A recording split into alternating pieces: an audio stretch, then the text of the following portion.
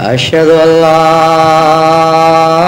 إله إلا الله وحده لا شريك له وأشهد أن محمدًا عبده ورسوله أما بعد فأعوذ بالله من الشيطان الرجيم بسم الله الرحمن الرحيم الحمد لله رب العالمين الرحمن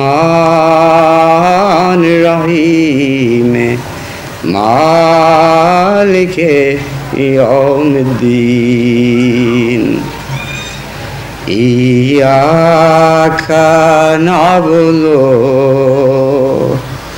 وإياك نستعين اهدنا الصراط المستقيم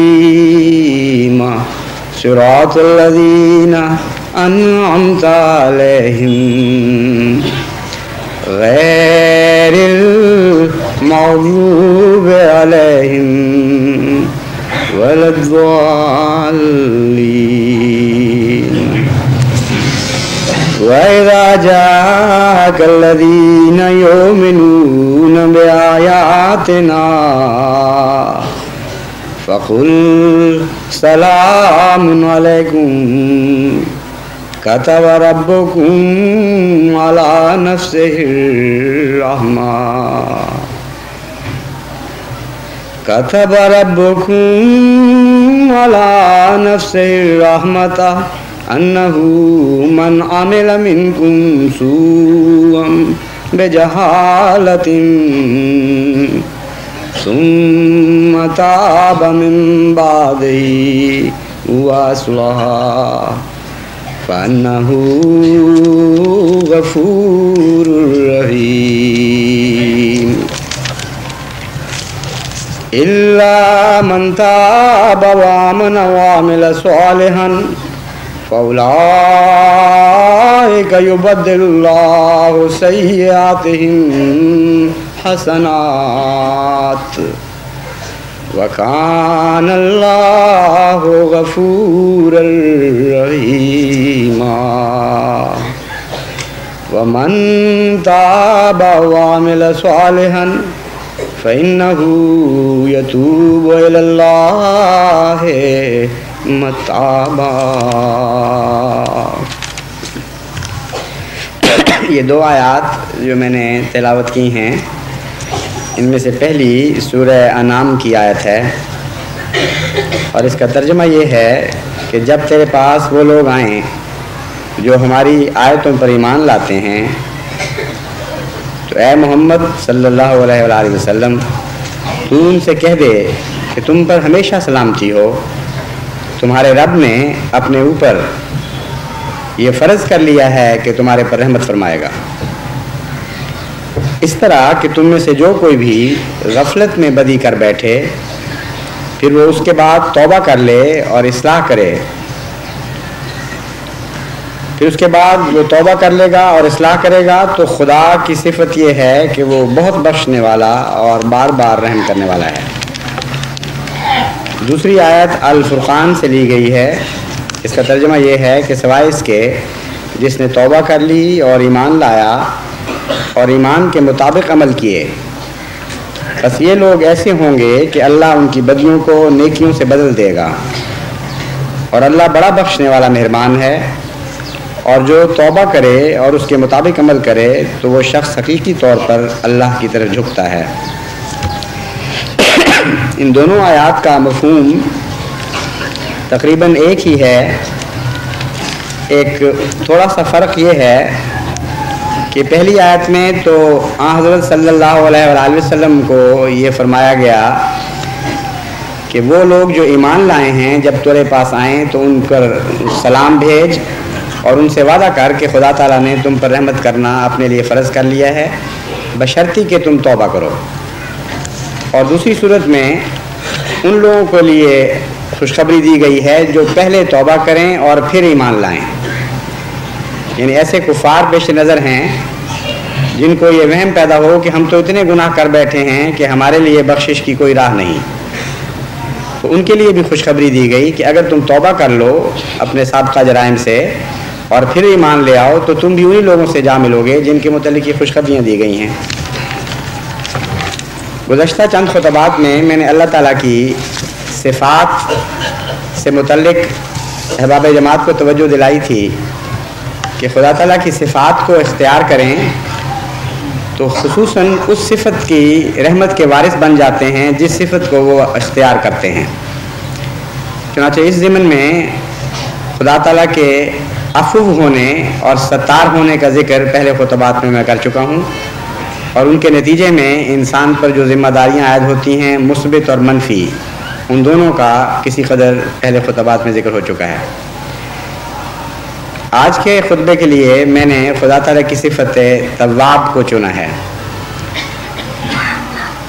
عفو اور ستاری کے ساتھ جس طرح مغفرت کا تعلق ہے اسی طرح صفت توابیت کا بھی تعلق ہے، اور دراصل مغفرت اور توابیت یعنی خدا تعالیٰ کی صفت توبہ قبول کرنا، ان کے درمیان ایک گہرا رشتہ ہے۔ مغفرت زیادہ وسیع ہے لیکن توابیت مغفرت کی طرف لے کر جاتی ہے، ایک وسیلہ ہے مغفرت تک پہنچانے کا۔ اس مضمون پر کسی قدر تفصیل سے جماعت کو سمجھانے کی ضرورت ہے۔ اللہ تعالیٰ تواب ہے، اور یہ وہ صفت ہے جو بندے کی بھی ہے، یعنی بندے کی بھی ممکن ہے کہ بندہ بھی تواب ہو جائے۔ ویسے تو خدا تعالیٰ کی ہر صفت کو بندہ کسی نہ کسی رنگ میں اختیار کر سکتا ہے، لیکن یہاں جب میں کہتا ہوں بندہ بھی تواب ہے تو ان دونوں معنوں میں ایک فرق ہے۔ اللہ تعالیٰ کو جب تواب کہا جاتا ہے تو اس کا مطلب یہ ہے کہ اللہ تعالیٰ توبہ کو بکثرت قبول کرتا ہے اور توبہ کے نتیجے میں بہت رحم فرماتا ہے۔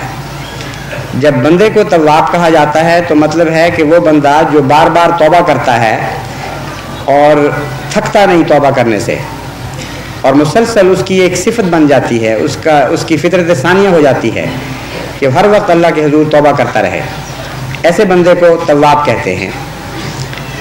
اور تواب ایک اور معنی میں بھی بندہ بن سکتا ہے کہ وہ لوگوں سے وہی سلوک کرے جو اللہ تواب ہو کر اپنے بندوں سے کرتا ہے۔ وہ لوگوں کے لیے جب تواب بنے گا تو ان معنوں میں وہ خدا کا مظہر ہوگا۔ اس لحاظ سے حضرت اقدس محمد مصطفیٰ صلی اللہ علیہ وآلہ وسلم تواب کامل تھے انسانوں میں سے، یعنی آپ نے دونوں رنگ انتہا تک اپنا لیے، توبہ مسلسل کی اور ایسے گناہوں کی توبہ کی جو کیے ہی نہیں تھے، یعنی ایسی انکساری کہ یہ پسند نہیں کرتے تھے کہ خدا کی کسی صفت سے بھی میں محروم رہ جاؤں۔ خدا نے جب یہ روشن فرمایا آپ پر کہ میں تواب ہوں، یعنی توبہ کرنے والے کی توبہ کو قبول کرتا ہوں، تو معصوم ہوتے ہوئے بھی اتنی توبہ کی کہ کبھی کسی اور انسان نے ایسی توبہ نہیں کی۔ یہ اللہ تعالیٰ سے عشق کا مظہر تھی توبہ، یہ گناہ کی مظہر نہیں تھی۔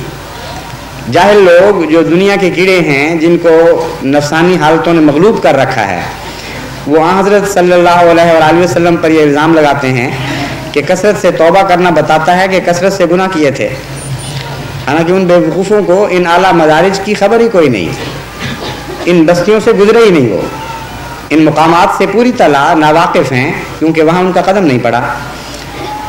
اللہ کے کامل عاشق کے طور پر خدا کی ہر صفت سے محبت رکھتے تھے حضرت محمد مصطفیٰ صلی اللہ علیہ وآلہ وسلم، اور ہر صفت سے حصہ لینے کے لیے آپ نے اتنی کوشش کی کہ کبھی کسی انسان کو ایسی کوشش نصیب نہیں ہوئی۔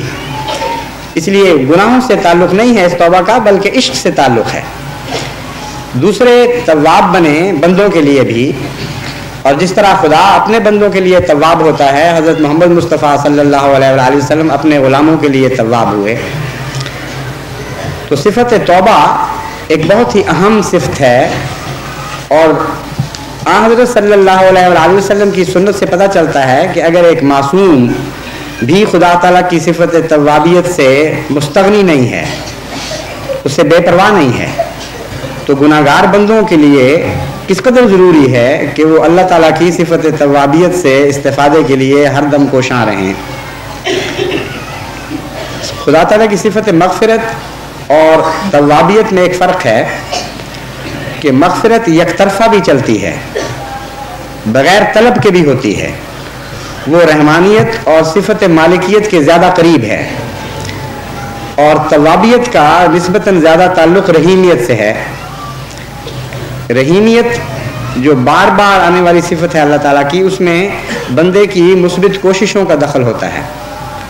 رحمانیت میں بن مانگے دینے والا آپ ترجمہ کرتے ہیں، جس کا مطلب یہ ہے کہ خواہ کوئی وجود مانگے یا نہ مانگے، یا مانگنے کے لیے پیدا بھی نہ ہوا ہو، اس وقت بھی اللہ تعالیٰ کی صفت رحمانیت جب جوش مار کر جلوہ دکھاتی ہے تو کوئی طلب نہیں ہوتی کسی طرف سے۔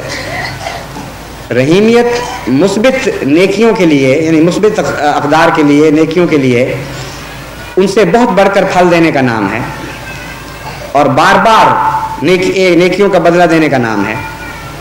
تو اسی کا دوسرا پہلو ہے توابیت۔ بندے کی طرف سے کوئی حرکت ہو تب خدا کی صفت توابیت ظاہر ہوتی ہے، بندے کی طرف سے حرکت نہ ہو تو توابیت حرکت میں نہیں آتی۔ اس لیے دونوں کا ایک لازم ملزوم کا تعلق ہے۔ چنانچہ گناہوں سے بخشش کے لیے اگرچہ اللہ تعالیٰ جس گناہ کو چاہے بخش دے اپنی مغفرت کے نتیجے میں، لیکن جہاں تک ضمانت کا تعلق ہے، صفت توابیت ضمانت دیتی ہے۔ جس طرح اچھے اعمال کا پھل دینے کی ضمانت دیتی ہے صفت رحیمیت، اسی طرح گناہوں سے بچنے کی اگر کوئی ضمانت ہے، ان کے بد اثرات سے بچنے کی کوئی ضمانت ہے، تو وہ صفت توابیت سے تعلق جوڑنے کے نتیجے میں ملتی ہے۔ چنانچہ اسی مضمون کو قرآن کریم نے یہاں بھی بیان فرمایا، کتب ربکم علی نفسہ الرحمہ انہ من عمل منکم سوءا بجہالۃ ثم تاب من بعدہ، کہ یہ اتفاقی حادثہ نہیں ہوگا پھر کہ تم بخشے جاؤ گے، یہ خدا نے اپنے نفس پر فرض کر لیا ہے، لازم قرار دے دیا ہے کہ اگر کوئی بندہ غفلت سے، غلطی سے گناہ کرتا ہے اور پھر توبہ کرتا ہے، اور آگے آیات سے واضح ہے کہ یہ اس میں تکرار بھی پائی جائے اور بار بار کی غلطیاں بھی ہوں اور بار بار توبہ کرے، تب بھی توبہ کا دروازہ بند نہیں ہوتا۔ چنانچہ بندے کے تواب ہونے کا مطلب یہ ہے کہ وہ بار بار بھی توبہ کرتا ہے۔ اگر گناہ کی تکرار ہوگی بعض صورتوں میں تو تبھی توبہ کی تکرار ہوگی۔ اس ضمن میں احادیث سے ثابت ہے اور حضرت مسیح موعود علیہ السلام کی تفاسیر سے ثابت ہے کہ ایسی صورت میں اس کا انجام اس کی آخری حالت کے مطابق طے ہوگا۔ اگر وہ توبہ کی حالت میں جان دے رہا ہے تو اس کے لیے بھی ضمانت ہے، اور چونکہ یہ اختیار بندے کا نہیں ہے میں کب مروں، اس لیے جہاں تک بندے کا تقاضا ہے اسے بہرحال ہر حالت میں یہ کوشش کرتے رہنا چاہیے کہ میں تائب رہوں، کیونکہ موت کا کوئی وقت مقدر نہیں ہے۔ تو اگر ضمانت چاہتے ہیں تو توبہ کی طرف متوجہ ہوں۔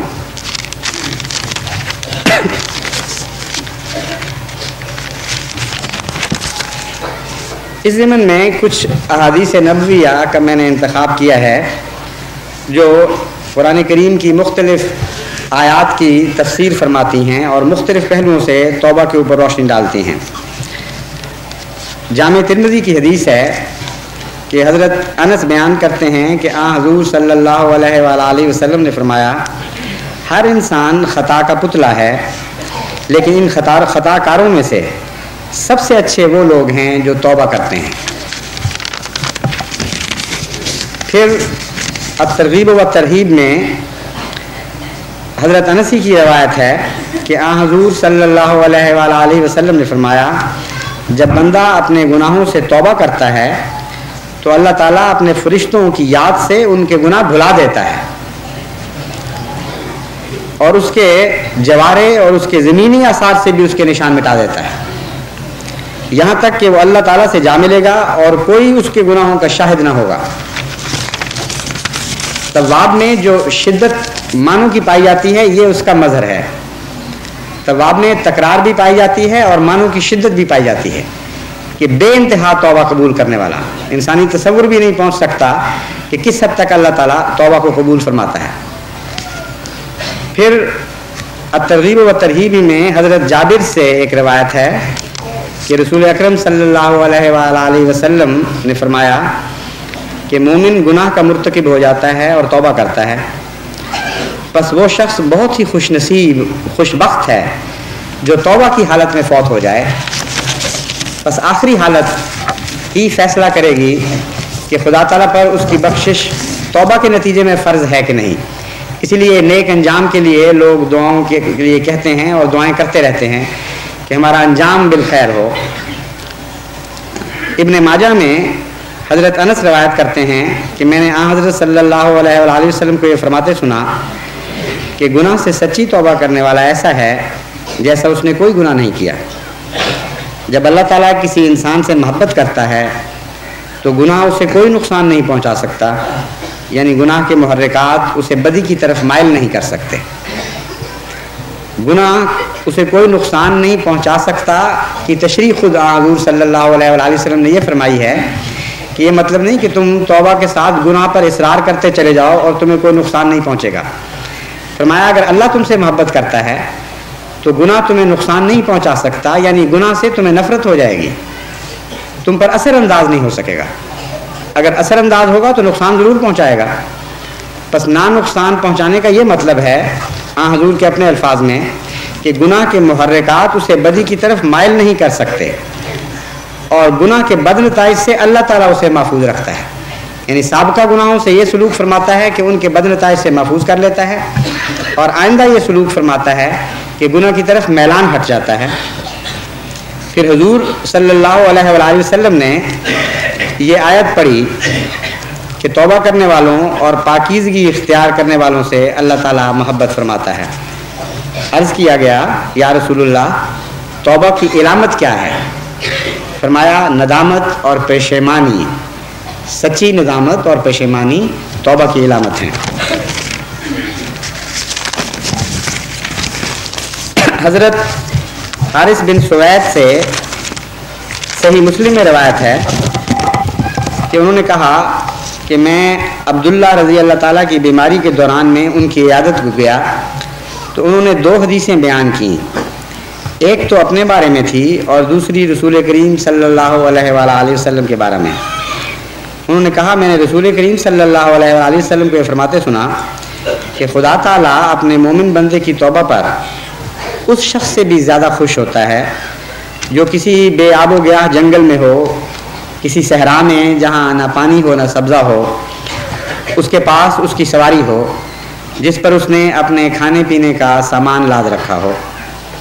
وہ شخص کسی جگہ سستانے کے لیے لیٹ جائے اور اسے نیند آ جائے، لیکن جب جاگے تو دیکھے کہ اس کی سواری گم ہو گئی ہے. وہ اس کی تلاش میں مارا مارا پھرے اور آخر پیاس سے نڈھال ہو جائے اور دل میں یہ کہے کہ چلو میں اب اسی جگہ واپس جاتا ہوں اور اسی سائے کے تلے لیٹ کر موت کا انتظار کرتا ہوں. چنانچہ وہ اسی جگہ پہ چلا جاتا ہے اور اس نیت سے سوتا ہے کہ اب میں کبھی آنکھ نہیں کھولوں گا، اور اپنی ہتھیلی حضرت صلی اللہ علیہ وآلہ وسلم نے بڑا تفصیلی نقشہ کھینچا ہے، اپنی ہتھیلی اپنے سر کے نیچے رکھ لیتا ہے اور سو جاتا ہے. جب اس کی آنکھ کھلتی ہے تو سواری کو وہیں پاتا ہے جہاں وہ پہلے کھڑی تھی، اور اس پر اس کا کھانا بھی موجود ہوتا ہے اور اس کا پانی بھی موجود ہوتا ہے.